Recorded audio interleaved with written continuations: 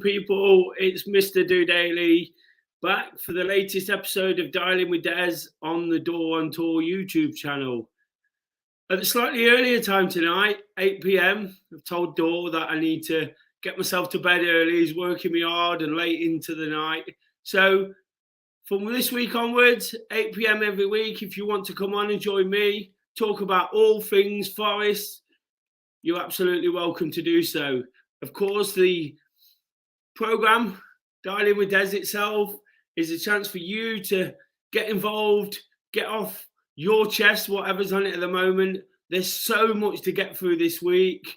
Of course, last week's defeat to Man United at the City Ground, this week's second leg and how that might pan out, plus all the transfer activity. And on a slightly more sour note, we'll try and keep it as positive as we can.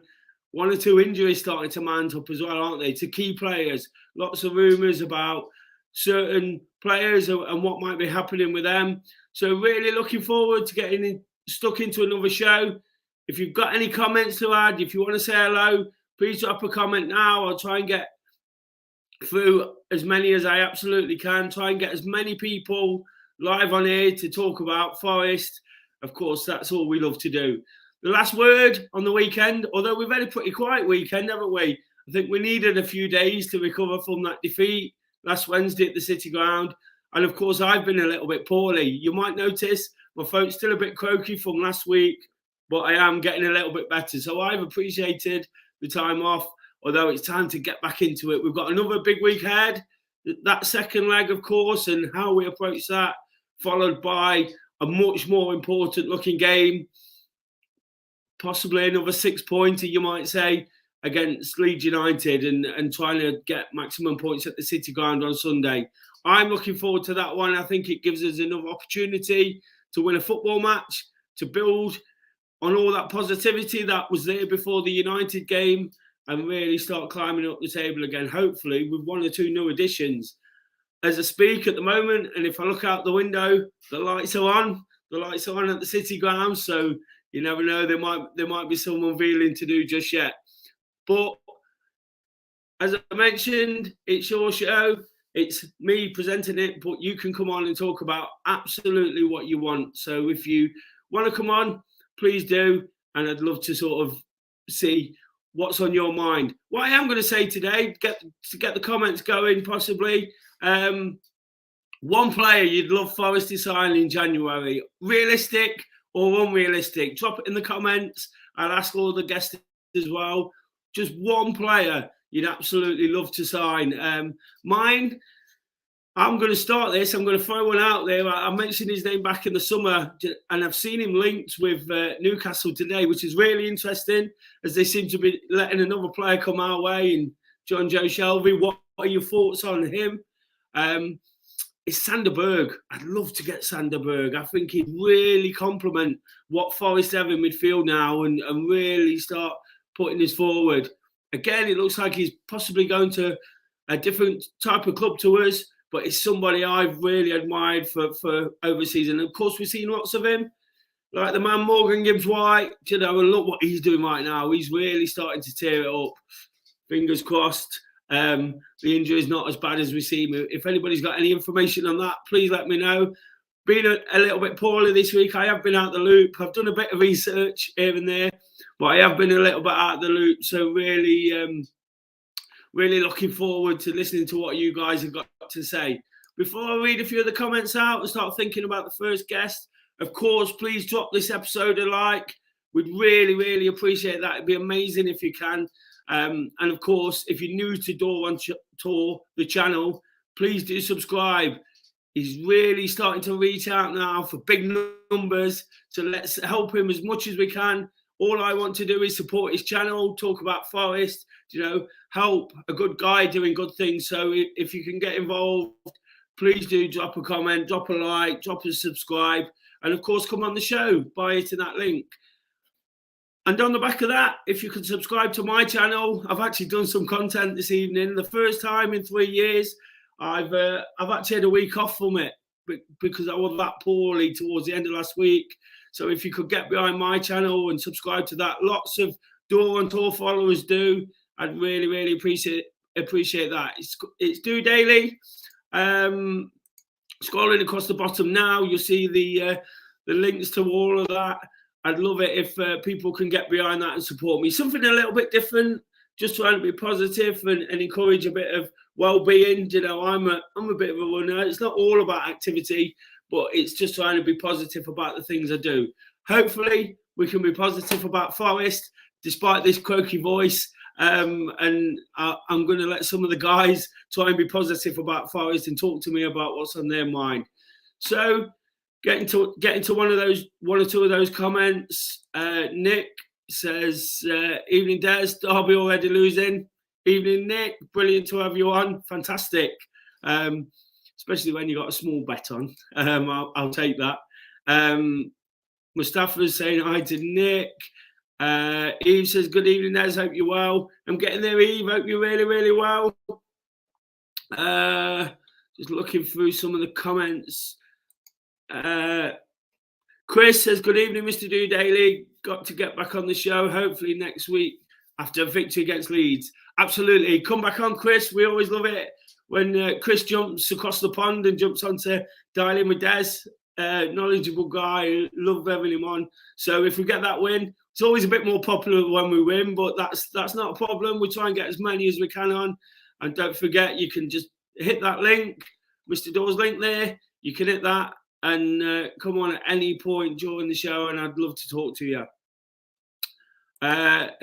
Here's an interesting one on that question I posed.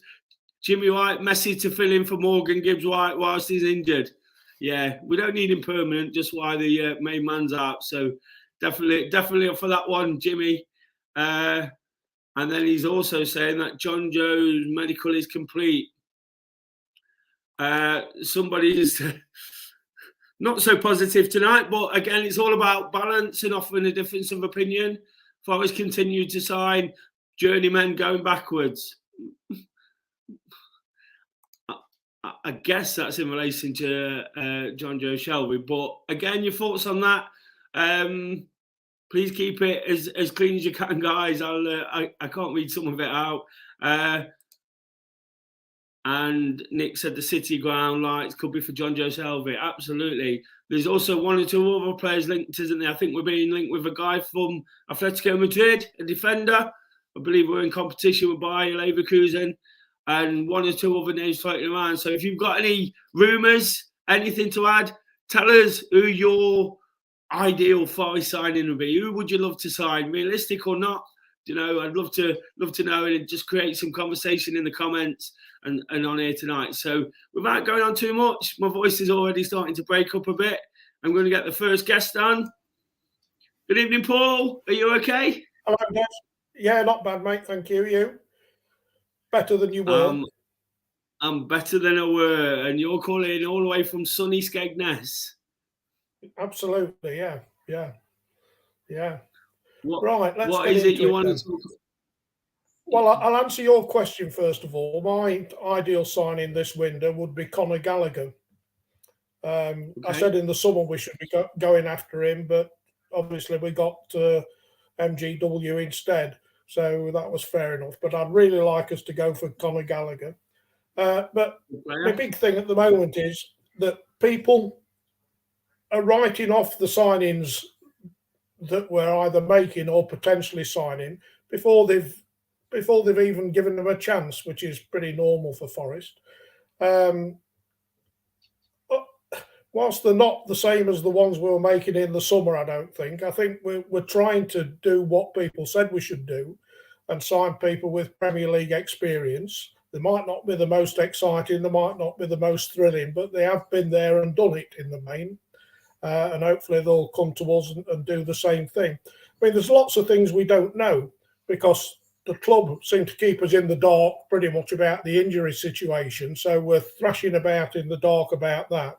And as I see it, we've got Henderson out, we've got Awonyi out, we've got Niakate out, Richards, Yates, Gibbs White, and somebody else that I can't. Coyote. And we really don't know when any of those are going to be back. And the club are obviously trying to replace some of them. And I think we've got to sign people that can replace them in the short term, and also offer something in the longer term. But I say we don't know about the injury situation, the length of the injuries. We don't know about the financial situation. So we're not really in a position to sort of criticise, really. And I think it's the old phrase that we've just got to trust the club and trust Cooper to bring people in that'll do the business for us. That old cliche, eh? In Cooper we trust. Absolutely, yeah. How many say it? How many say it and mean it, Paul? And no, I think you've got a great point because I think even beyond the figures, beyond what's happening right now, who's coming in and who's injured, we look back at the players that we've signed. Some of them was very uninspiring. To start with, Keenan Davis. You looked at his goal scoring record. Sam Surridge. Not wanted by Stoke, is a bit surplus to requirements there. Comes and does a job for us. Jed Spence, I don't care what anyone said. They'd not really heard of Jed Spence very much before he came to Forest. No, well, I haven't. And the manager makes them better players. The manager has got a knack of working with players. He's a training ground manager, obviously. He's a guy who can build relationships and get the best out of people. And I think, I'm not a fan of John Joe Shelby. I'll put it out there now as a footballer, from what I've seen over the years, and if somebody have asked me, do I want him? I'd probably say no. But it looks like he's here now, so we get behind him. He's a Forest player. We get behind him. Yeah. We give him the support we can.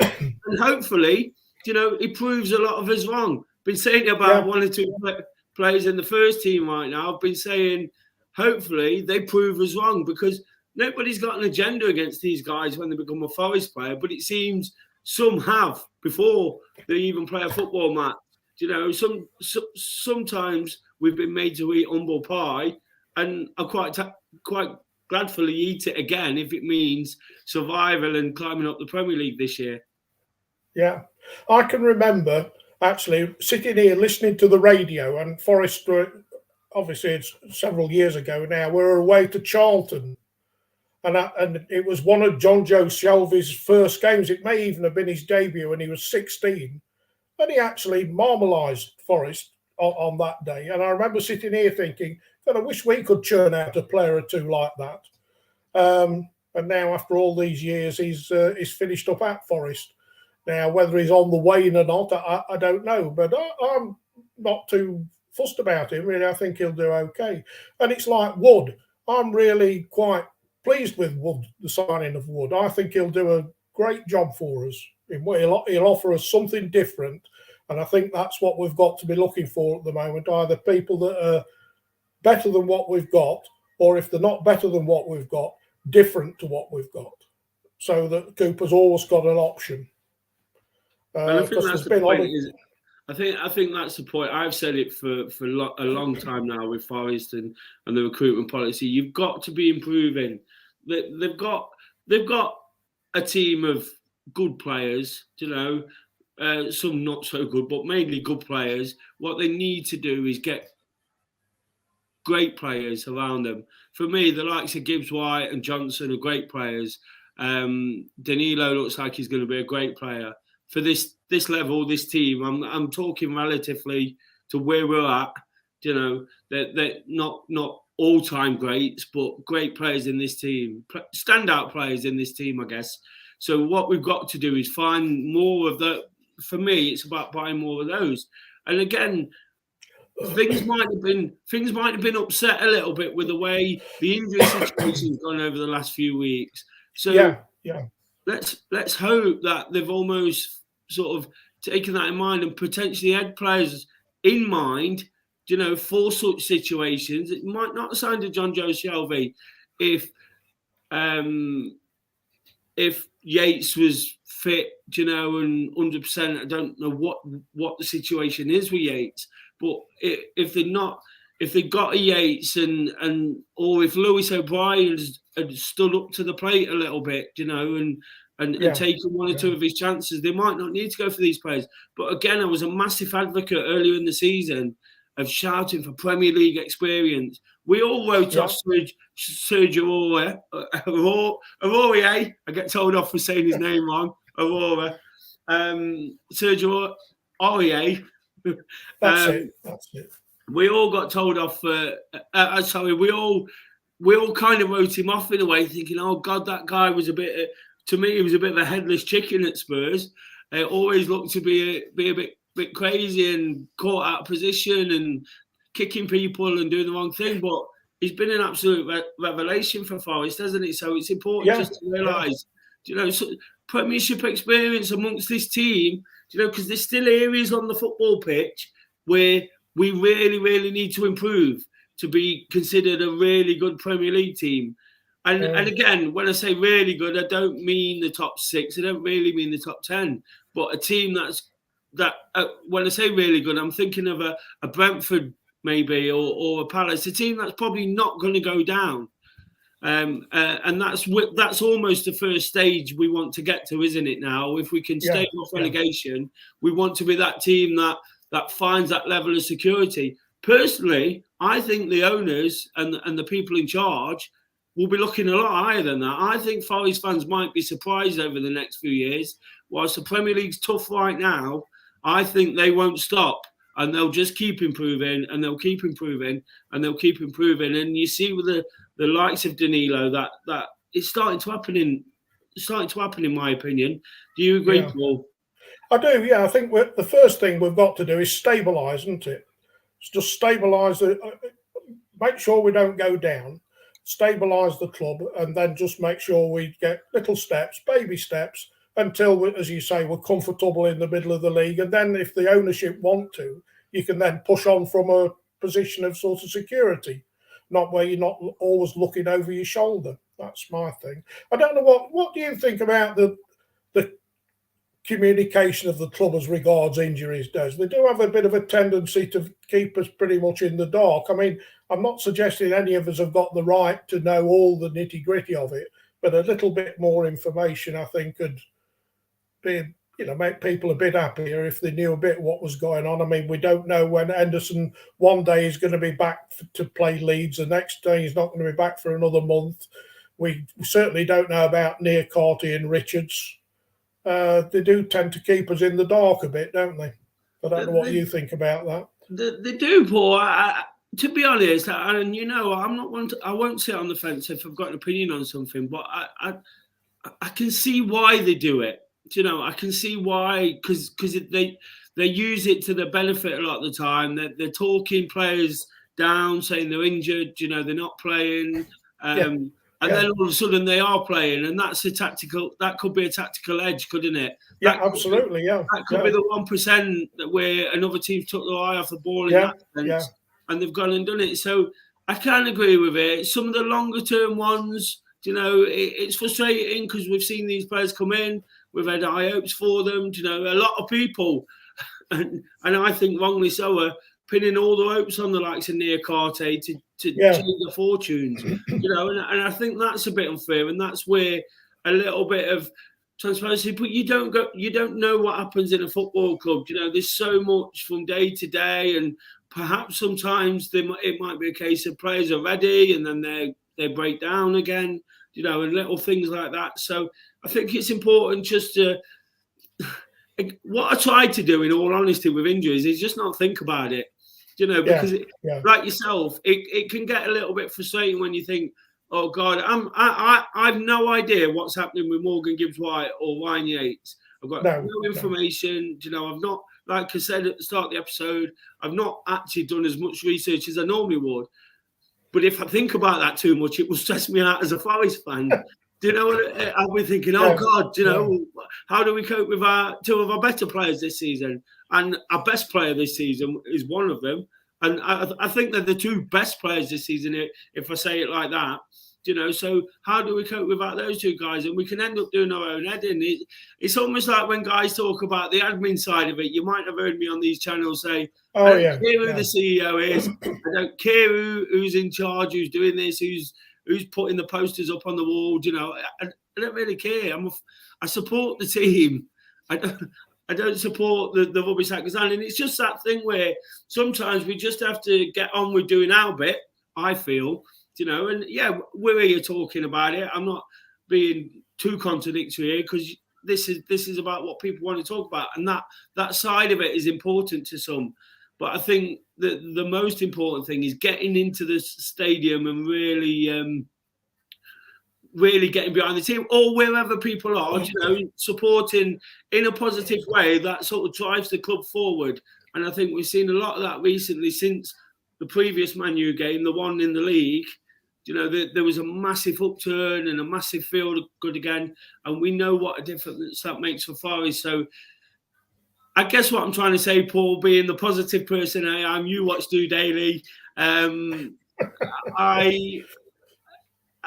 just try and work off the positives with it, because if I start thinking about that sort of stuff, it'll do my head in, and I'll start sort of reading between the lines and getting 2 and 2 and coming up with 7. Do you know what I mean? And that kind of thing. So yeah, it's interesting. Hopefully, Wednesday's team might show.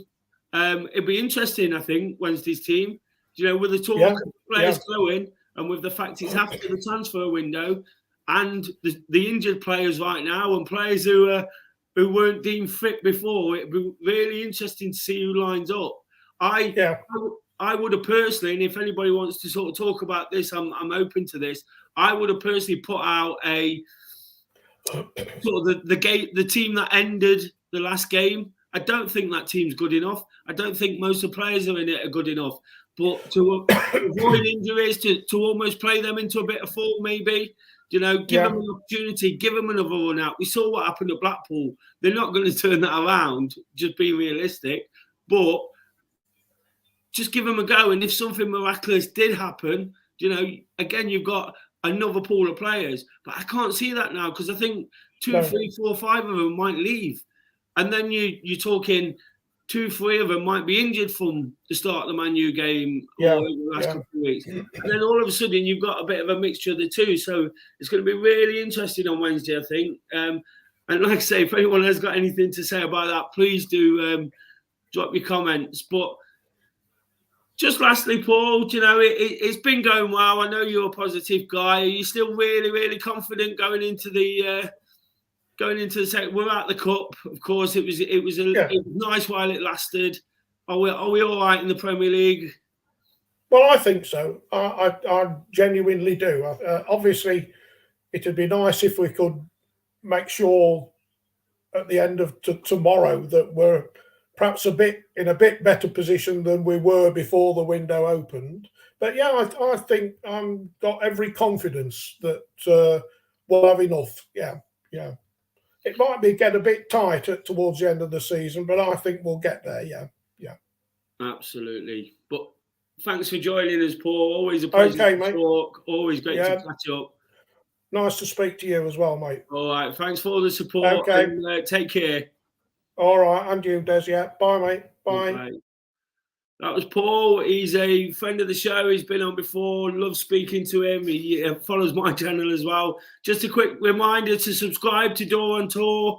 Please subscribe to Do Daily, spelt just like that. Do Daily, all one word. We'd really, really appreciate that between us. All I'm trying to do here is provide some content on the DoreOnTour YouTube channel to get Forest fans talking, to give more people an opportunity to pass on their opinion. Whether we agree with it or whether we don't, that's absolutely fine. I'll try and read out as many comments as I can. If you want to come on the show, I'm going to just pop that link up now from the man himself, Mr. Dore. Please do it that. You're more than welcome to get involved and get off your chest whatever it is. Hopefully it's positive. But again, it takes all sorts as a football fan, doesn't it? That's the best bit about it in my book, you know, the opportunity to talk about it. Just a few comments before we go on. Ricky said Lingard needs to step up big time if Morgan Gibbs-White is out for a while. He does, but he was playing well before he was injured. He was getting there. You know, I wouldn't say he was perfect. I wouldn't say he was the answer just yet, but he was definitely getting there. So hopefully his enthusiasm around the place whilst he's been injured. It looks like he really loves what he's doing right now, even though he's on the sidelines. He's getting involved. He's on the pitch at the end when we win. It'd be great to have him involved, have him firing on all cylinders. And who knows, without MGW there, it just might be his chance to shine. Some more comments here. Sonny D, some of us said that about Cook. I think he's talking about when we're writing players off. I think he's correct as well on that. You know, Cook, Surridge, people who came in late last season, we almost wrote them off saying, what are they going to do? We've been good, and then we're buying rubbish players. But they only added to what we had, didn't they? Squad depth. It was really, really important. And we're finding that in the Premier League. We bought all those players in the summer. We know which ones are good. We know which ones are rubbish. So we've just got to add one or two of them, one or two good ones to it. Evening, Dylan. Hello, Desmate. Nice to see you. Sims Albima says, I heard we're after Brenner from Cincinnati. I heard in a link with American Guy, not seen too much about that. So just a bit of conversation going on there. Nick says Felipe's on his way, 4th Brazilian, it may be a 5th. Do you know, I've heard that Felipe, that's the guy from Atletico, I believe. So, but I do believe we're in competition with Leverkusen, so who knows on that one. Jimmy says, which goalkeeper are we going to sign after the complications of expected incomings? Not quite sure on that one. I was led to believe by all the tweets that we all see, you know, that Navas was on his way the other day, but I'm not sure that one's been confirmed, has it? So, again, interesting choices when it comes to goalkeepers, isn't it? There's Navas being linked, and the big guy from, is he Croatian or one of those countries, you know, always interesting goalkeepers, aren't there? I was watching one of these Sky Classic games when Forest played Newcastle, and Newcastle went down to 9 men, and Lansbury and Bentner missed a penalty, and somehow we won 2-1 with Lascelles scoring an own goal. And our goalkeeper that night was Stojkovic. What a goalkeeper he was. Not. So be careful what you wish for sometimes. I'm not saying all goalkeepers from that part of the world are exactly the same, but I just thought it was really interesting when I saw him. Jazz says, in typical fashion, Forest set up smoke screens and then scrape the barrel to sign crappy journeymen no one wants. That's one way of looking at it, isn't it? Chapo says, see younger signings instead of near the end of career like Shelby and Revenges.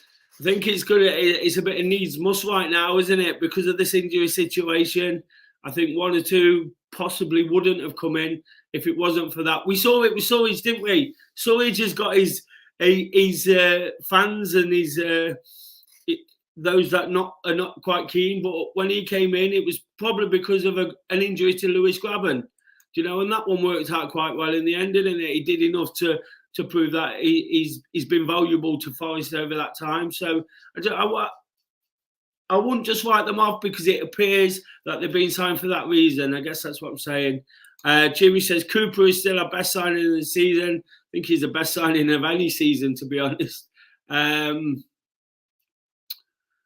Just looking through these comments. Evening, Mark. Great to have you on. Chapo said, let's hope not another Paul Konchesky with Shelby come in. Spesh says, Des, if Shelby helps keep us up, it'll be worth it. And that's what we're aiming for. Absolutely. Whoever it takes, whichever 11 get out there and do enough to keep us in the Premier League, I'll be absolutely over the moon. Nick says, Chris Wood is one of the squad who has got the bug that is in the squad at the moment. Again, there's rumours of a bug. So another one potentially on the sidelines. That's not what we want, is it? Space says, agree with Des on experience needed as we haven't had a team together very long. The experience is invaluable. We've seen it so much with players that have played there. And even our good young players, you know, Johnson and Yates and Worrell to some degree come back to form. You know, it's taken them time to adjust, hasn't it? It's taken them quite a long time to adjust, but they're just about getting there. So really, really is important to sort of work off some experience when we can. Chapo says, any news on the two young Brazilian lads, Angelo Gabriel and Brennan from MLS? Not for me. I wonder if anybody else has got anything to add. Jimmy says, to finish mid-table, we need to keep possession. John Joe will help with passing. Absolutely. Everybody knows my opinions on certain midfielders and ball retention. You know, it's 9/10 of the law in football, never mind in the Premier League. So it's important that we keep that ball a little bit more and make sure that we're in games for longer. You know, the Man U game showed a few sort of weaknesses again, didn't it? Conceding a goal in the first few minutes. Fullback high up the pitch, the midfielder not tracking back properly, defender with a lot of work to do. I just think, again, if you've got that kind of experience, someone snapping around, yes, we're all aware of his temperament and how sometimes he's a bit too snappy around the pitch. But again, it's Premiership experience. He's not. I just reiterate, it wouldn't have been my first pick, but I'll definitely get behind him if he's a Forest player.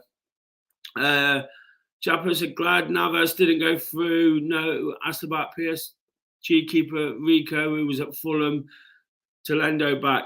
Well, that's what we all want in an ideal world, don't we? We want Endo back. We want the guy who's been doing so well for most of the season. Just going to get through a few more of these before we get the next issue in. Is it true that Ryan Yates has a heart issue club to make a statement? I've absolutely no idea. I've seen that myself. Hopefully it's not the case, because we know how much heart he's got, to be honest, no pun intended, and how much he fights for the cause in a Forest shirt. So I'd hope it's nothing along those lines. But again, if that's something the club are going to announce, then we'll obviously have to take that news when we hear it and not speculate too much, because that's quite serious. Jimmy said, Woolly's been more difficult now that Bamford is fit and playing well. Not sure. Bamford's one of those guys, isn't he? He's one of those who scores in dribs and drabs. Can play well. Can be a real handful. Can almost be unplayable at times. But I think with Bamford, it's consistency, isn't it? It's putting a string of games together, and hopefully against us. You know, I can't remember him ever doing particularly well, although I probably need to keep my mouth shut on that one ahead of the weekend. But hopefully we can deal with him and get the points that are needed. Kieran said, looks like Cook could be gone. Not heard anything along those lines. If anyone's got anything to add to that. Gary says, evening, mate. Hope you're well. As well as I can be, Gary. Voice is still a bit croaky, but I'm getting there. Long hair yet here. I have no negatives. I am loving Forest being in the Prem and competing. I am on cloud 9 right now. You Reds. Absolutely. That's what it's all about, isn't it? Loads of comments coming in. Sims, hope we get better. Quality centre-back. More than a goalkeeper or another striker. I'd love us to sign a real top centre-back. I like the look of the guy. I don't know why, because I can't claim to know this Felipe. I can't claim to know much about him. But it looks a big, burly centre-half, no nonsense type guy. So hopefully someone like that can make a real difference again, make a difference to that squad, be a great player rather than just a one who's doing well at the moment. Gary, a bit late to the party, but Scarpa filling the MGW role. It seems like the obvious one, doesn't it? Scarpa's been filling in midfield because Morgan Gibbs-White is now down number 10 in the last few weeks. So the obvious choice seems to be to fill him in with Scarpa or Lingard. But Scarpa's the one who's got a bit of form. I think he's got a bit of work to do on his fitness, hasn't he? He's got a bit to do to see a game out. You know, he's doing well in dispatches when he comes on, first half, you know, dying out a little bit. So it might just be the time where he really builds up and gets back into things. There's another one here. I heard about the wonder kid, Mike Oxlong from Bayern. Apparently we are competing with Wolves and Leeds for him. Not heard that one. Thanks for that info. Here's Remember Ian Woe's double at Newcastle? Absolutely. Never forget that one. One of the best days ever. We got battered for 80 minutes and he went and smashed one, and he loved scoring against Newcastle as well. I actually had the privilege of talking to him earlier in the season and talking to him about his goals against Newcastle. He was like, he always loved one of those. So, yeah. So lots of comments still coming in. Of course, this is about the guests. We've got 70 people watching. It's rising all the time. Don't forget, keep us in touch with the Derby score. Hopefully they're still losing. Give us some info in the comments. Please give this episode a thumbs up and do respond to what's being said, or just come on and get involved. Have your say. Chris, how are you doing? How's it going? Right. I'm just. How are you? Just checking if Derby are losing. Yeah, they're still losing. That's good news. They're still losing. That's good. Then 1-0. 1-0. Yeah, 1-0 half time. How was your Monday going, Des? Good. It's all right. It's all right. I'm feeling much better than I was last week. I was in bed all week. It's a good job Forest didn't really have a game at the weekend, but no, it's I'm positive again. Wednesday's going to be a tough watch, I think, but I'm positive. It might be. Yeah, it might be. But you know what? I was thinking about this today. I was looking at all these comments coming in as I was waiting to come in, and I was feeling the same way the comments were. In the morning, I was feeling like, oh, John Joe Shelby, do we need him? And then in the afternoon, I was like, actually, he's a pretty good player. And then by the evening, I was like, oh, but he's injury prone. And then now again, I'm like, no, but he's a good player. But it always comes back to one thing, Des, as you say, Steve Cooper. History has told us that it doesn't matter who we bring in. Like last January when Graben got injured, then Keenan Davis was in, and then he was out for a while. Then Surge came in. Cooper just gets the best out of the players. So we just have to wait for the window to shut, and then Cooper will do his magic. Do you know what I mean? Absolutely, and again, it's easy for me to say as somebody who looks to get into the depths of things, but it works. You know, it keeps working, and that's what's important, isn't it? It's the same with the injury situation, isn't it? Just before I mentioned that, actually, Rebel City Red said so frustrating that the club aren't more forthcoming about the injury situation, but I guess they figured not to give opponents the heads up, and that's exactly the point, isn't it? We'd all love a bit more information along those lines. But at the end of the day, if it's the difference between sort of a team working us out and not working us out and getting a point or 3 points, then I'd rather be left in the dark. Yourself? Yeah, same. No, absolutely. And I know it's a bit doom and gloom after Wednesday last week. It was a nightmare for me. I was actually with a couple of United fans here in Dublin watching the game. It was terrible. And I felt awful afterwards. But if you look back at January, we haven't lost a Premier League game. 4 Premier League games, didn't lose a single Premier League game. And the Saints game after Taiwo got injured, just to your point about injuries, he kept us in the dark. No one said anything about it. Cooper didn't talk about it and rolled on to the next game or two before any information was released because he wanted to keep people in the dark, and it worked again. They didn't, other teams are left guessing, trying to figure out who we're going to play. Of course, I want to know more about our players, and I want all the information all the time. But I understand that if it's going to help strategy, then I'm the same as you. I'd rather be left in the dark.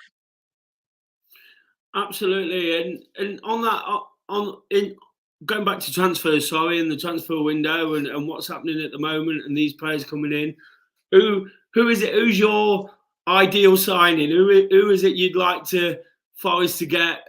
Perhaps one unrealistic one who you'd just take any day of the week, and one realistic one. Oh, you know what? It's hard because you see all these rumors about all these players, initially I was like, I loved the idea of Navas coming, and now it looks like he might not be coming. But then I just don't know how long Henderson's out for. It's the same with the injury situation. I think I would have loved to seen Sam Maximan come. Like that link that we had with Sam Maximan. I mean, he is a special player. When he gets on the pitch, he can come off the bench. He can start. He just changes game. He's so unpredictable. He was probably the one that I would have liked the most out of the ones we were linked to. Realistically, I think that link to Felipe is a good one. He's an older, aging player, but he's 33, and he's the kind of centre back that we said Bolly wasn't going to be, and then Bolly ended up being brilliant. I think that that's going to be a good signing if we get him. Like it'll definitely help keep us up. And then, I suppose one we've already got, I think, if Shelby stays fit, we'll be surprised by him. But he has to stay fit. That's the big thing. If he stays fit, he's the kind of player that we could really use. But it's about fitness, I think that, and obviously not getting red cards. The point you're making is if John Joe Shelby's on the pitch, he's actually a very good footballer. He's technically very good, brilliant. And Paul made the point earlier on that I think I can recall the game he was on about where John Joe Shelby is a real youngster, played us off the pitch. And I know things have happened since then. That's kind of irrelevant in many ways. But you see these players and you realise what they can do sometimes, and how sometimes clubs situations just don't work for them, do they? There was a period where John Joe Shelby was tearing it up for Liverpool, and then he couldn't quite do it, and then he moves, and he's had little spells at Newcastle where he's looked decent, and then he finds himself out the team. But he's up against an unbelievable midfield right now, isn't he, in Newcastle? So whilst it looks like we're potentially signing someone else's cast-offs, look at the players they've signed. That probably 3 of them are worth 150 million. I mean, Bruno Guimaraes is in the centre of midfield there. Like it's just ridiculous. But I think as well, to your point, like I think John Joe Shelby was part of. I think he played quite a few games last year. Obviously, he would have been pushed out of the team eventually. But when they were starting to try and stay up, Newcastle were bottom of the league. Howe came in, bought a couple of players. But I think John Joe Shelby was still in and out of the team. And that's kind of where we are. We're trying to stay up. Like, I know we're 13th, but that's what we're trying to do. And he knows the mission. It's like Chris Wood. Chris Wood knows the mission. He's done it with Burnley before. John Joe Shelby knows the mission. He knows how to try and keep you in the league. He knows what you have to do, and you need that kind of experience, And he can pop up with a goal. He can, and set pieces as well. Set pieces as well, right? Like, that's important. I know Scarpa's probably going to be taking them now. Now that Gibbs White is injured, but hopefully Gibbs White comes back. Fingers crossed, sooner rather than later. But I don't know. I think getting any experienced player, Serge Aurier, like you said, we wrote him off. Kouyaté was so important before he was injured. When Kouyaté came in, I was like, why are we buying? What are we doing? And then he turns out to be one of the most important midfielders we have, Des. You know what I mean? Like, I just couldn't believe it. Absolutely. And there's a comment to sort of back that up as well. Steffo says, keep positive, everyone. If our transfers in and out help us stay up, then Cooper and the admin staff will be congratulated. Failing, they'll be facing massive criticism. Let's see what happens. And that's the point, isn't it, with these signings? Once they come, it's like when you get a new manager and somebody you've not liked over the years, and you've made your mind up already. You're just making it unenjoyable for yourself. Let's be pleasantly surprised. Let's be pleasantly surprised by these guys. Let's see what they can add and what they can bring. And just on the Shelby one, I think I've almost talked myself into it tonight. I made a comment after the Bournemouth game saying how good I thought Danilo was, even in that game when he came on, and even though it didn't massively impact the outcome. But I said I'd have loved to see Ryan Yates in a team with Danilo. If Yates is injured, and the words I used was a snappy midfielder around him like Yates, and that. If you could explain John Joe Shelby is a snappy midfielder, someone buzzing around, collecting the ball, moving it forwards, looking to get a shot off at times, that sort of player who just gets up in people's faces, really roughs them up. Because I think that will complement Danilo even more, because it will give him more time on the ball, more time to look up, be creative. If he's got that player doing some of the gritty work as well, like what Kouyaté was doing earlier in the season. Again, he's been around the league, Des. Yeah. He's been around the league. Like Kouyaté's been around the league. Kouyaté, Bolly, Aurier been around the league, and now they're like 3 of our most important players. Obviously, Kouyaté's injured, but the other they've become important players because they've been there. They know how to win free kicks. They know how to get in people's faces. They know how to rough teams up. And Shelby's the same thing. I know it's not like a splash of a signing with Sam Maximan or something, but those signings do make the difference at the end of the season. They do. The Well, experience I matters. think, It really think does. apart from Gibbs White, all the exciting signings have let us down. In not let us down, that's the wrong word, but not lived up to expectations. It's the bargain basement ones, the ones we've picked up that have The really old heads, yeah. this season, isn't it? So again, I Yeah. think it's just important to keep reiterating that point that, you know, this is not the end of the world signing these players, and you never know, because of their age, because of the situation we're in with injuries, there might be short-term deals. But again, you look at like when Lingard went to West Ham, potentially playing for a deal, you know, and if you can get a player and get the best out of him for 6 months or and I think there's more to come from Lingard, you know, Des. I think like you said, Lingard was good before the injury. I know he was sort of had a rough beginning, but just before he got injured, he was good. And he's dying to fill that role. And if he can fill the Gibbs White role for a couple of games, you know, I trust him, give him a chance. You know what I mean? Absolutely, I totally agree with you on that, and I just think everything that's happening and the camaraderie and how he's getting back into into things, Yeah. you know, it's all starting just to help. And as somebody who talks about being positive all the time, I know when you're positive, it helps you in everything else you're doing, and it just seems to be helping him and spreading among the ranks and those players he gets on with. You know, you see them in the dressing room dancing and Yeah. you know, He's a positive guy. yeah. I'd rather that than just people. And you know what? The facts are, and this is just something like a statement of fact. If you told me last year, summer, we signed 22 players, Talk Sport, everyone's going nuts about how crazy it is. We're down and out. We lose a few games, right? You told me last summer, you said, Chris, 13th by the end of January. You'll be in 13th by the end of January and a semi-final of a League Cup. I'd be like, what are you talking about? We're in 13th. It's six. Literally, we've had to gel 22 players and we're in 13th and the semi-final of a League Cup for the first time in 30 years. It's unbelievable. I'm delighted. I know that we're worried and there's always doom and gloom around the corner. We lost 3-0 on Wednesday, and you know what? I'm going to watch that game on Wednesday. I'm going to watch that game. Even if we win 1-0, I'll celebrate because there's positivity buzzing around this. Cooper is the secret weapon. Sorry, but I just had to say that. That's a great way to get all that off your chest, Chris. Give a shout out to Forest all over podcast. Yeah. Oh, sorry. Yeah. Follow us on Forest All Over at NFFC All Over on Twitter or at Forest All Over on Instagram, or you can go to the website as well at forestallover.com. But yeah, cheers, Des. Sorry. I just thanks for having me on. I know it's Monday and some people are a bit down and we're playing Man United Wednesday. The tie is effectively over, but it doesn't matter. We haven't lost in the Premier League in January. I'm buzzing. It's another big game, isn't it? And look at the amount. I walked out the Wolves game. Just a quick one before you go. I walked out Wolves game and I thought, and I wrote this on my own social media, I put, the nights that this guy is giving us, obviously Cooper, the nights under the lights that this guy's giving us is made a special place to be. More in 1 year than we've had in 10 years. It's just unreal. Absolutely.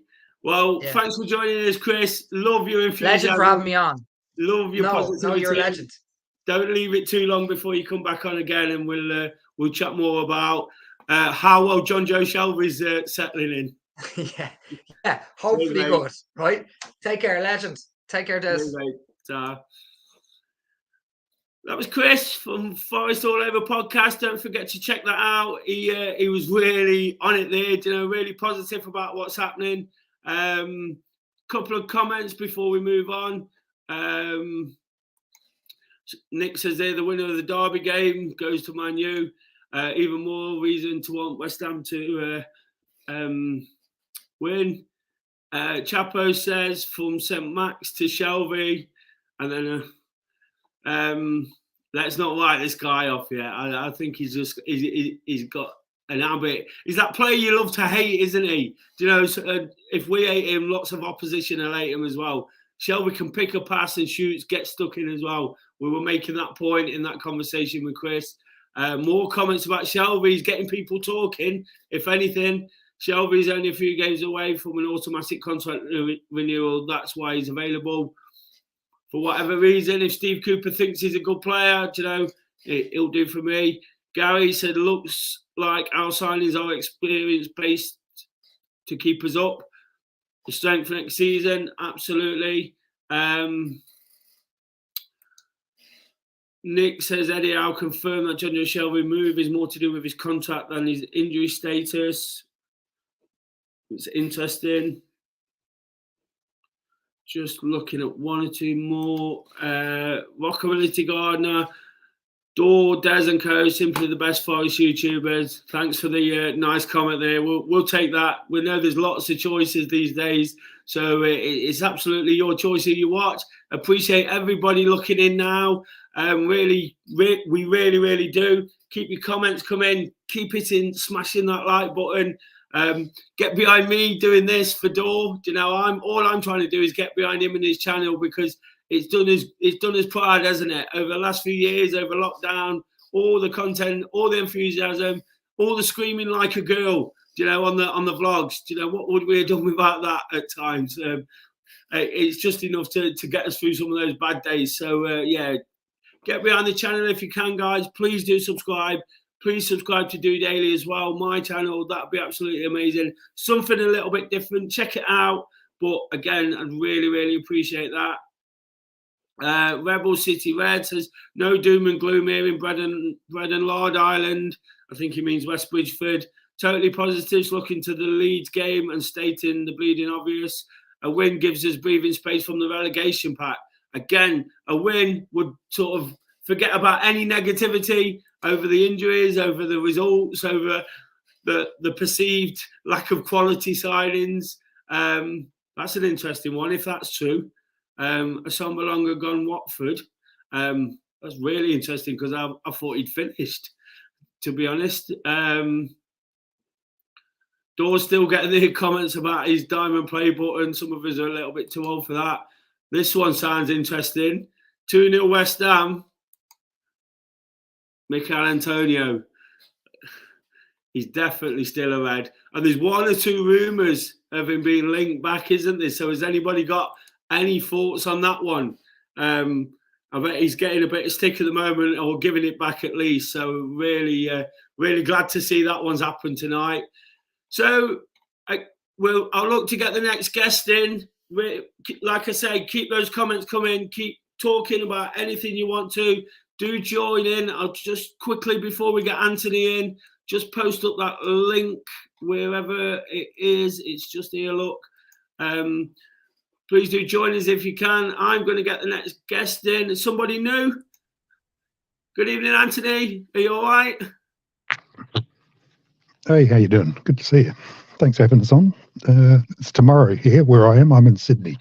You're in Sydney, so it's actually Tuesday. Yep. It's about, I don't know, 8 o'clock, is it? So it's about 8 o'clock. You're what are you, 2 hours behind? We're at 9 10 o'clock. What time is it there? 9 o'clock. 7:53.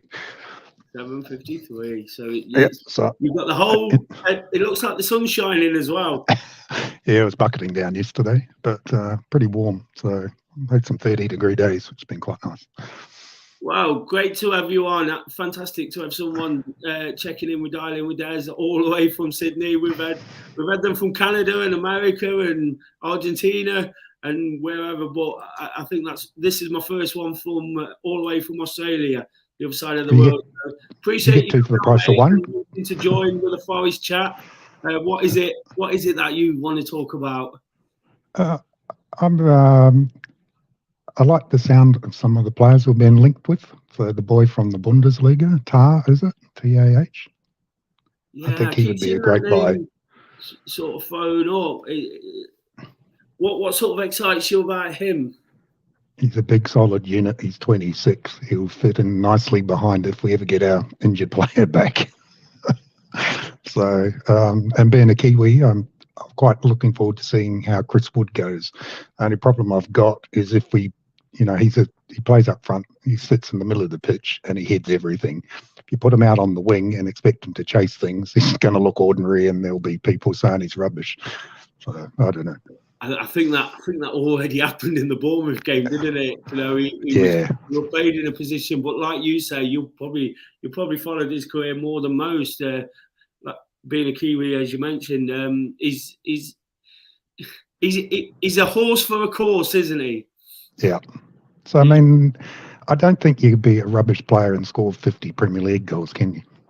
Realistically, you can be rubbish and score 4 or 5, but not over a consistent period like 5 years. You're getting 10 a year. It's pretty good, I think. And to be fair, teams keep coming for him, don't they? When they need somebody to help them. Again, not just a horse for a cause. It's like he's a guy for a situation, isn't he? And the Forest one seems to be one made for him. Somebody to hold that ball up. You know, again, I've mentioned it about Shelby and 1 or 2 others. Not the most glamorous signing for us over here. You know, not the one we was all probably angling for. But it's football. Sometimes winning football matches, you can do it in different ways, can't you? You know, there's lots of ways to win. That's the beauty of football tactics, and he brings a different dimension to a really slick. Neat-looking attacking force.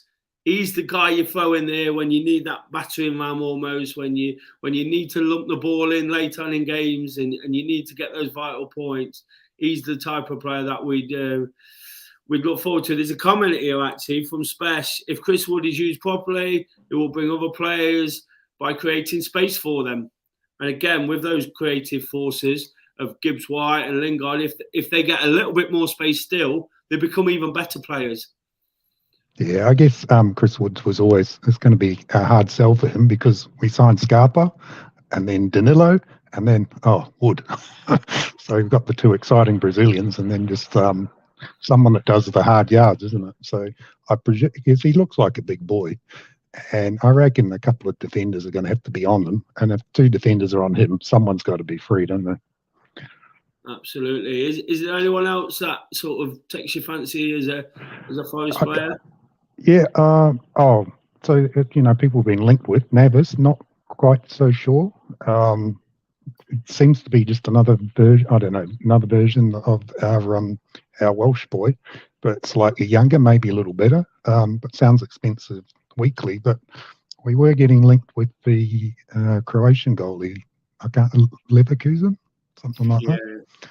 And for 10 million, he seemed to be one for the future. I don't know what happens at the end of the year. Would we buy Dino if Man U want 40 million for him? I don't know. That's really expensive for goalkeepers. Absolutely. Isn't it? And again, we don't quite know sometimes. Football's got very complicated with loans and contracts and things like it used to be on these windows. You went and spent your money and you got your player. Now, I think, is it Chelsea's who spent 20 million on a loan player to play 20 games? The guy who got sent off in the first game. And he's out 3. This is free, and you're paying over £1 million. And Forest fans are flabbergasted when we're talking 20, 30 million. This is the Premier League now, isn't it? It's big bucks. You pay top dollar for these guys, and otherwise you get eaten alive. You know, you get relegated quickly and forgotten about, as you see with some of these teams. Just one quick comment here. Steve Cook rumoured to be heading to Stoke. That'll be an interesting one. He's of course done a fantastic job at Forest in the short time he's been here. What I do want to ask you, Anthony, what's your Forest story? Why are you a massive Forest fan? Okay, so I played football in New Zealand, and everyone in the team followed someone in the English Premier League. Okay. And I didn't follow anyone. I hated watching football. I only loved playing it. And then one year, someone said, you should follow Liverpool. I said, no, I'd like someone with a really cool name. I don't know, like Nottingham Forest. And he said, well, they're playing Liverpool this weekend. So we had a bet. Forest won. It was 92. We then got relegated. And I've had to stick with them. Yeah. I remember watching the FA Cup in 91 because I had so many... 91 because there's so many of my mates all follow Spurs. But yeah, so I picked them up in 92, and throughout the whole year, everyone told me they're too good to go down. And it turned out they weren't. I think so, for that. I Yeah, was and quite young then then, and it was a tough season, that one, after all the excitement of the Premier League opening game and Teddy yeah, Sheringham scoring against Liverpool. there's a Yeah. guy called Ian Copping who ran a mail server list at the University of Nottingham, and I ended up on that list. This is before the streaming services and probably YouTube, I would think. So all of my Forest updates were via email that I'd get in the next morning when I got into work. None of the shops had any Forest shirts, so to find one was something rare. So I've got some of the old ones, and I've just followed them ever since. I've stuck with them because that's what you do. And I enjoyed watching PVH. Maybe not quite so keen when he went on strike. Kevin Campbell was good to watch. I loved watching Piercy, and then we had the dark years. We were down Div 1, and then we came back up. Honestly, I think, was it someone wrote once, they said they hated when, it was the last couple of seasons, they hated Forest playing on a Friday because they would lose and they'd be grumpy for the rest of the weekend. And it was a bit like that. It was, waking up and checking the results and you're just thinking, oh God, how much have we lost by? And then Stevie Cooper came in, and I didn't even care if we got promoted, but we just, we've got to win. That's exciting. And then another one and another one. And we're looking really good. This season it started a little bit on the slow side, and I think for me, the main thing I noticed was the pace.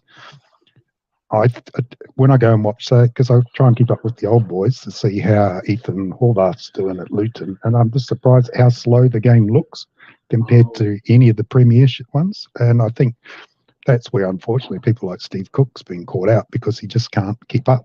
And I think a lot of people call out for someone fast at the back. So the other thing around my Forest story, where I played for my local club up here, just before I retired, we actually had 4 boys that were all Forest fans. So I think 3 of them were from Nottingham. So it was just, I hardly ever meet anyone. We had a Sydney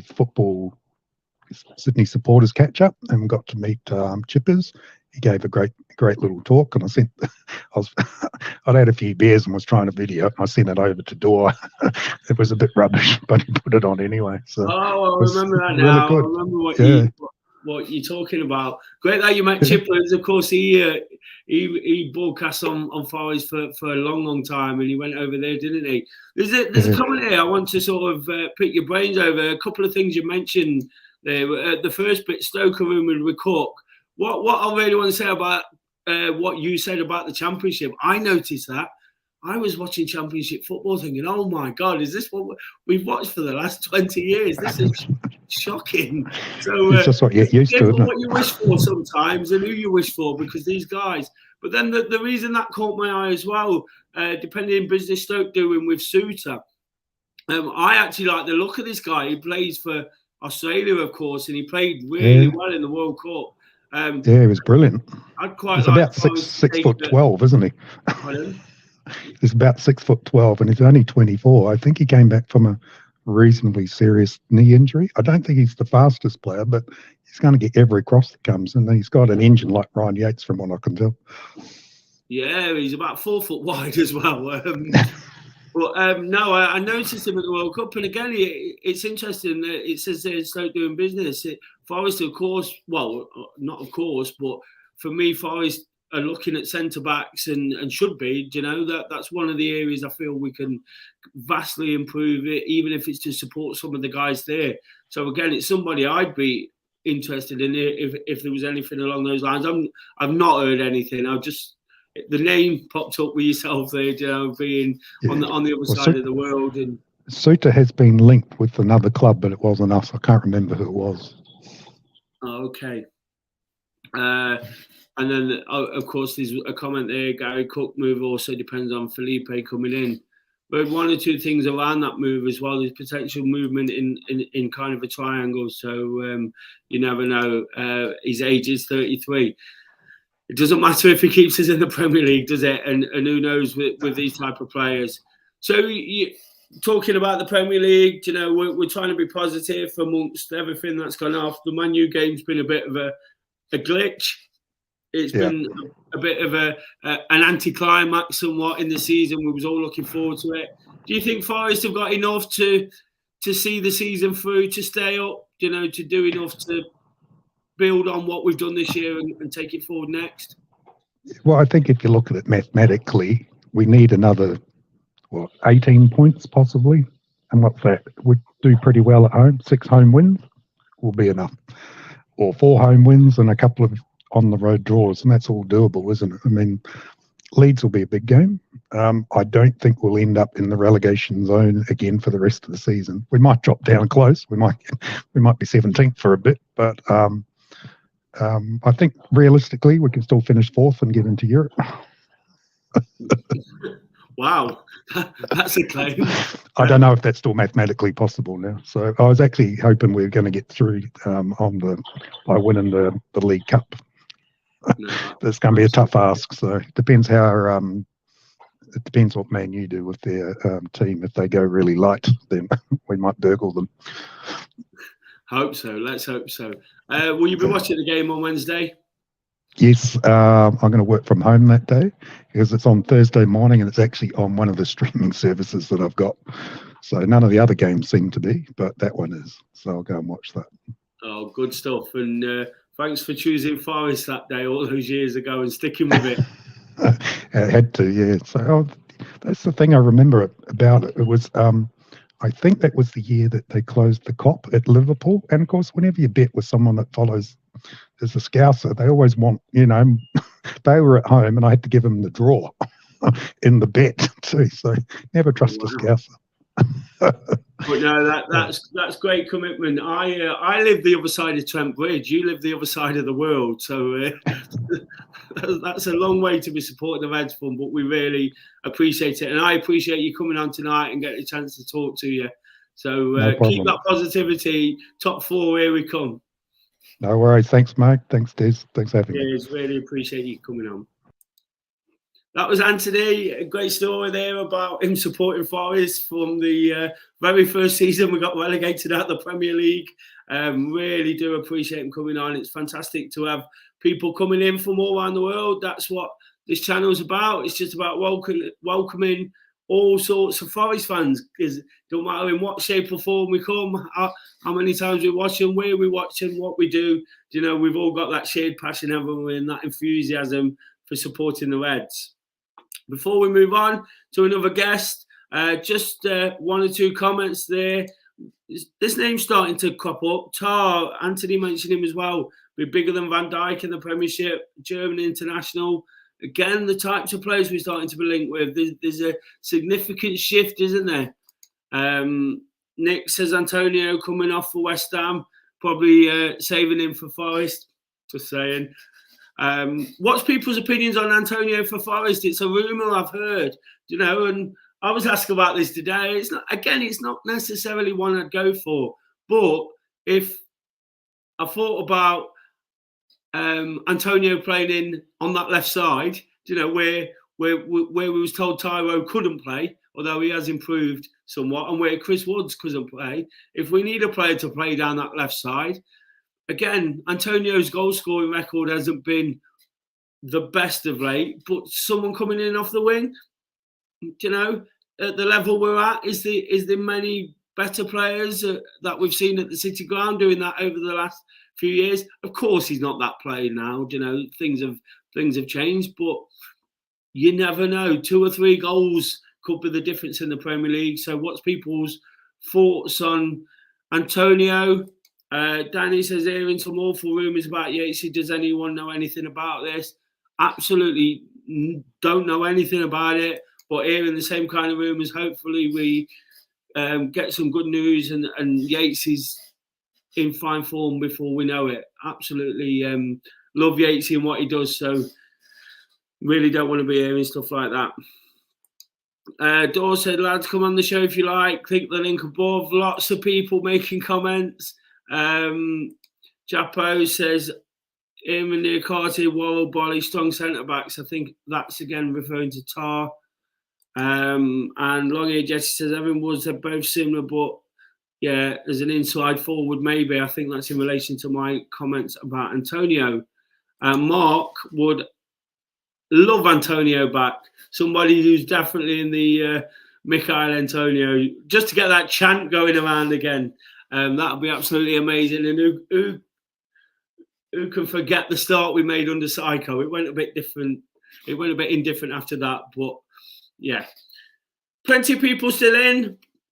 Don't forget to smash that like button, subscribe to DoreOnTour, subscribe to Do Daily. I'm going to get the next guest in. He's been waiting ever so patiently. Good evening, Liam. Are you all right this evening? All right, Des, mate. How are you doing? That's a proper Forest name, that is, isn't it? Oh, sorry, mate. I've been having trouble with my audio all night.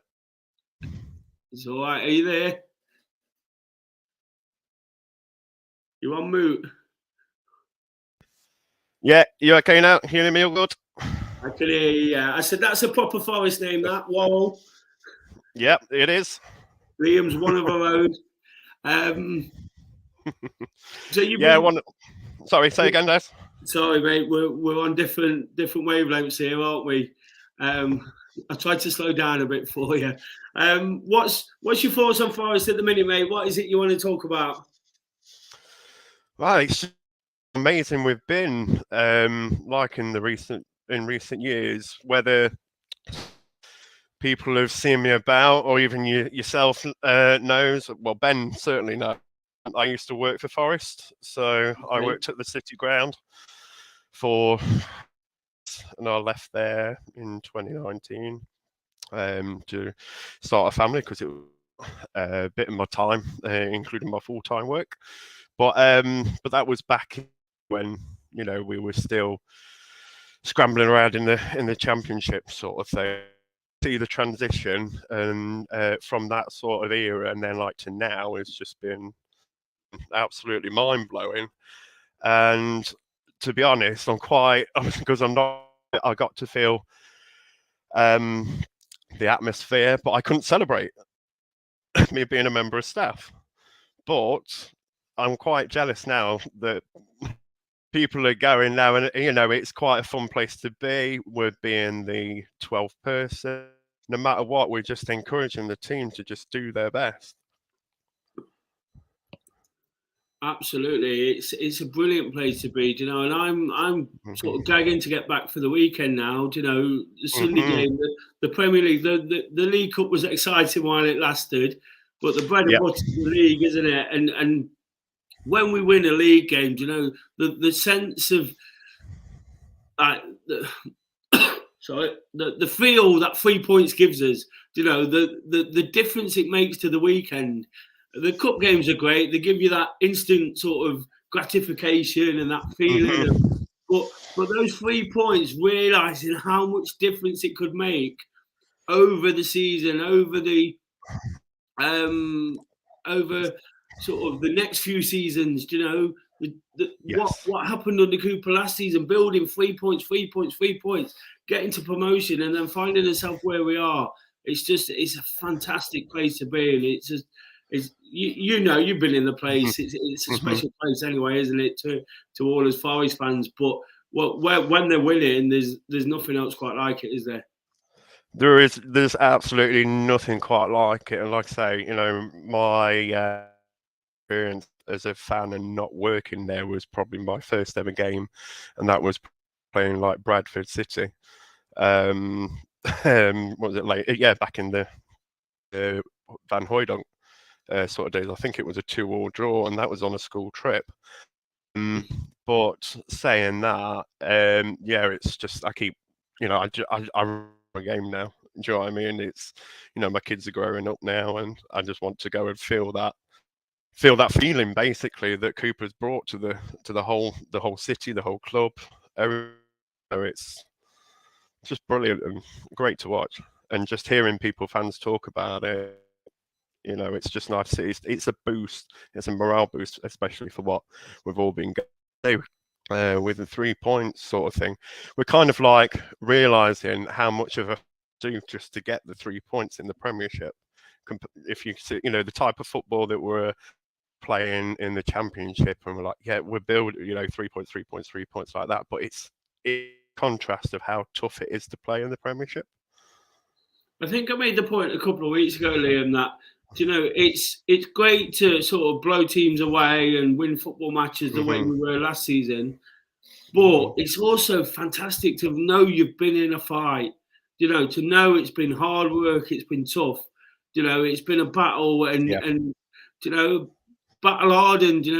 So I don't want anyone injured, but you know what I mean. I've played football, and when you come off with a kick and you've got a black eye or you've got a dig in the ribs, and you feel like crap in many ways, but you feel amazing, and none of it matters because you've win. And I feel like that's brilliant now when we win under those circumstances.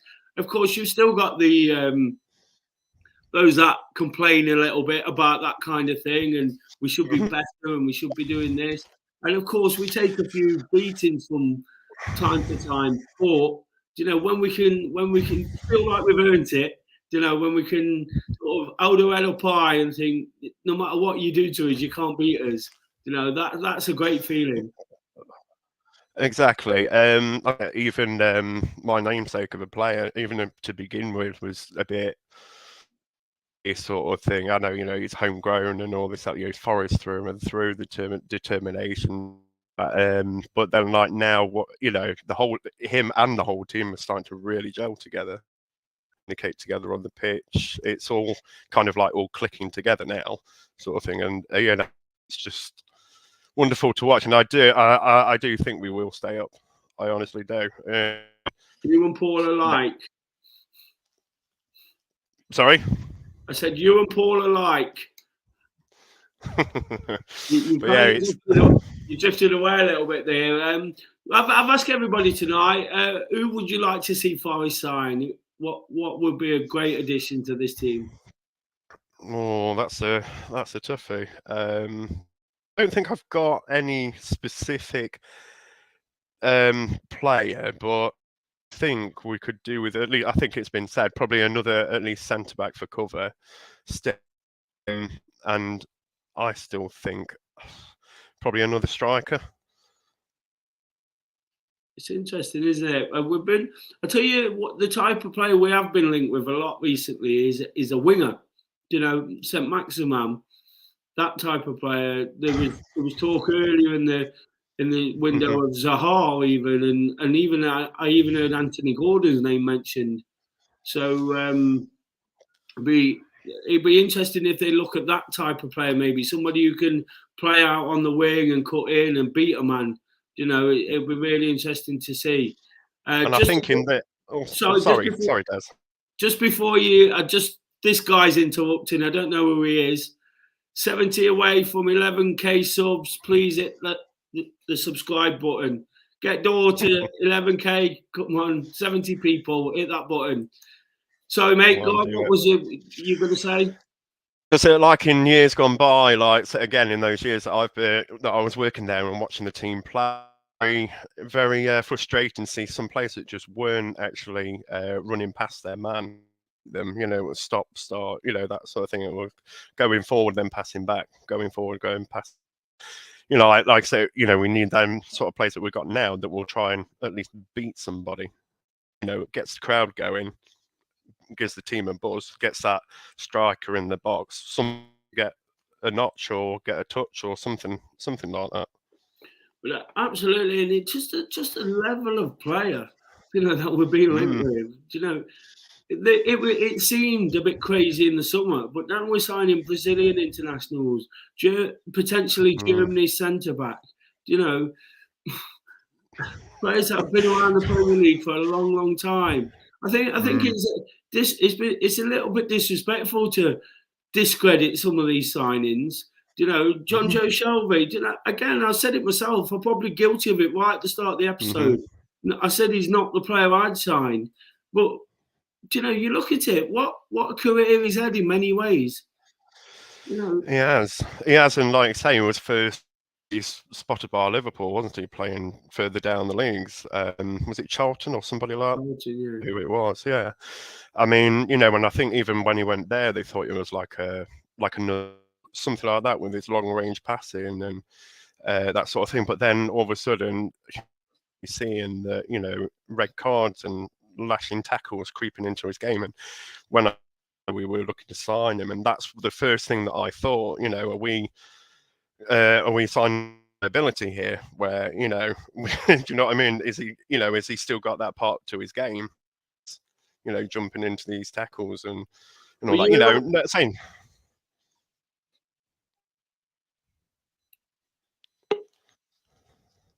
You okay? Are you there, Liam? Yeah.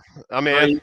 You keep freezing, mate. What I was going to say, you imagine if Shelby picks the ball up on the edge of the box and drops one onto Brennan Johnson's foot, 70 yards up the pitch, and he runs in and scores. There'll be people talking about him in a different light then, won't they? Oh, they certainly will. And don't get me wrong, I think I'm in the same boat as you, Des. I like a well, a bit of a bad word to say maybe, and the bad part of his game, but give a player they can play that little bit differently. They're going to be with different teammates, different manager. Really put some magic on him as well. Absolutely, mate. Absolutely. Well, Liam, I really appreciate you coming in, despite the one or two gremlins in the system. I think we've had some good conversation there, looking to keep being positive about the Reds. And like you said, it's absolutely amazing place. And anybody who thinks one or two defeats along the way are going to upset us too much, then they're watching the wrong thing. They're in it for the wrong reasons, aren't they? Exactly. This is the time to be a Forest fan. It's all happening. I said at the start of the episode, I don't think it stops here. I really don't. I think it's a case of stopping up and then watch us go again. If people think the last 18 months have been a bit crazy, I think the next 18 might even eclipse that. But that only time will tell with that one. But thanks for being a guest tonight. Lovely to talk to you. And really, you too, Des, mate. That was Liam. Like I said, there one or two gremlins in the system. Hopefully, it wasn't too bad for the viewers. Really appreciate them coming on. Lots of great conversation again tonight. Lots of things to get through. Of course, those transfers are on the top of everybody's mind. Derek says, "Hi, Des. Hi, Derek." Those transfers, John Joe Shelby, injuries are at the forefront of people's mind. But rather unsurprisingly, people have forgot about that Man U game. People have barely said a word about what's going to happen on Wednesday. Personally, I'll be going with Mr. Dore and the guys. Not handed their tickets in. I heard there was a queue around the block. That's not the spirit, is it? Let's get behind these boys. Whoever they put out, hopefully we can give it a game. Restore some pride. We got to the League Cup semi-final at the end of the day. Imagine that at Stoke away. When we didn't have a shot on goal and we was all wondering what the hell we were doing with our lives just about 18 months ago. But we played Man U in the League Cup semi-final. Yes, we took our stuff in, but we've got another game to try and right some of those wrongs, possibly to bet a few players in. And what will be better, than John Joe Shelby making his debut, scoring a screamer at the Stretford end? I'm sure everybody in the stadium would love that. So they'd be booing him, but that's just a dream scenario. I'm looking forward to supporting Forest up at Old Trafford. Hopefully, feeling even better. Hopefully, it gives us the confidence to take it into the Leeds game. Really looking forward to that one. Lots of nice plans around it and people to meet. So excited for the weekend. Excited to see what's going to happen over the next 48 hours with that fixture. With the transfer window, I don't think it's finished yet. Do you? Keep your comments coming. Keep smashing that like button, and of course, subscribe to DoreOnTour. It's absolutely brilliant. That is 70 away from 11k. Just finished with a couple of nice comments, positive comments. Gary, 4-0 tomorrow. A good performance and a couple of goals for his away fans up the Reds. We're going to win 4-3. I was singing that at Blackpool, but funnily enough, we were losing 4-1 at the time, so I forgot what was going on. I'm sure Dore remembers that. Derek, proud of you guys, the absolute backbone of Forest support. Thanks, Des, Mr. Dore, and the others. Really appreciate your support, Derek. Please ignore the rumours. I think that's about Ryan Yates. We just got to wait and see, haven't we? Derek is obviously one of the old school December 19th, 1977, Man U 0, Forest 4. We'll definitely take that, Derek. As the man himself would say, up the Forest. Come on, you.